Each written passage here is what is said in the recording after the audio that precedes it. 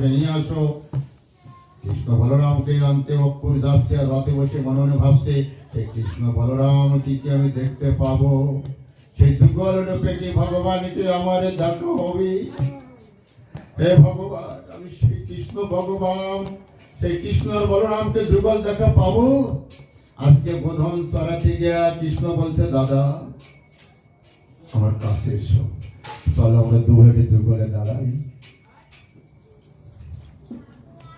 বলরাম বলছে, তোর চোখে জল কেন ভাই? দাদা আজকে আমাদের এই খেলা এই বছর ধামের শেষ খেলা, বাল্যলীলা শেষ।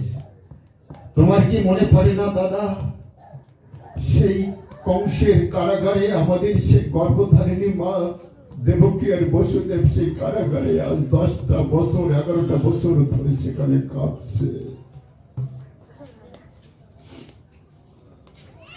নন্দমায়ের স্নেহের নবনিতর্ণ নিয়ে আর কতদিন খাবে দাদা? সেই মাতা পিতাকে কি তুমি উদ্ধার করবে না?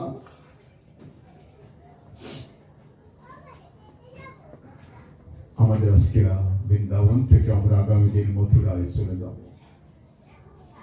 বলরাম বলছে, ভাই নিষ্ঠুর, তোর পরাণটা এত নিষ্ঠুর, তুই এই মা যশোদাকে তুই কি করে যাবি? বলছে, দাদা আমি আশার নৌকা করব আর ভরসার বাতাস দিয়ে মা যশোদার হৃদয়ের মাঝে যে বাঁধন আছে ওই বাঁধন আমি কেটে চলে যাব। নন্দের আলয়ের কাছে অক্ষুরের রথ এসে গেছে। নন্দ মহারাজ, আরে অক্ষুর কাকা অনেকদিন পরে তুমি আসলে, কেমন আছো? বৃন্দাবনে মথুরার খবর কি? সব নিচ্ছে তোমার আগমন। বলছে, ধনুর মেয়ের যজ্ঞ করবে কংস, সেই যজ্ঞে তোমাদের নিমন্ত্রণ, তোমার ওই কৃষ্ণ বলরামের সেখানে নিমন্ত্রণ। নন্দ বলে, বাহ কি আনন্দের কথা, আমার ওইটুক ছেলে কংসের ধনুর মেয়ের যজ্ঞে যাবে, আবার কংসের রথ উঠে যাবে। ওরে কি সাংঘাতিক ভাগ্য! আবার কংস রথ পাঠিয়েছে, কি সৌভাগ্য! দেখছো নন্দ ভাবছে কি সৌভাগ্য। মা যশোদাই শুনেছে যে মথুরায় যাবে, মা যশোদা ভিতর থেকে কেঁদে দিয়েছে।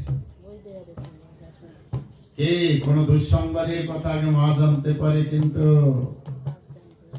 সবার আগে কিন্তু মায়ের হৃদয় ইশারা দেয়। আমি বলেছি না, বাড়িতে গেলে আগে মা দেখবে পেট পেট আর বউ দেখবে পকেট। कितना रुपया है जेब में, कितना रुपया है, तो इतना रात को से काट किया तो कितना रुपया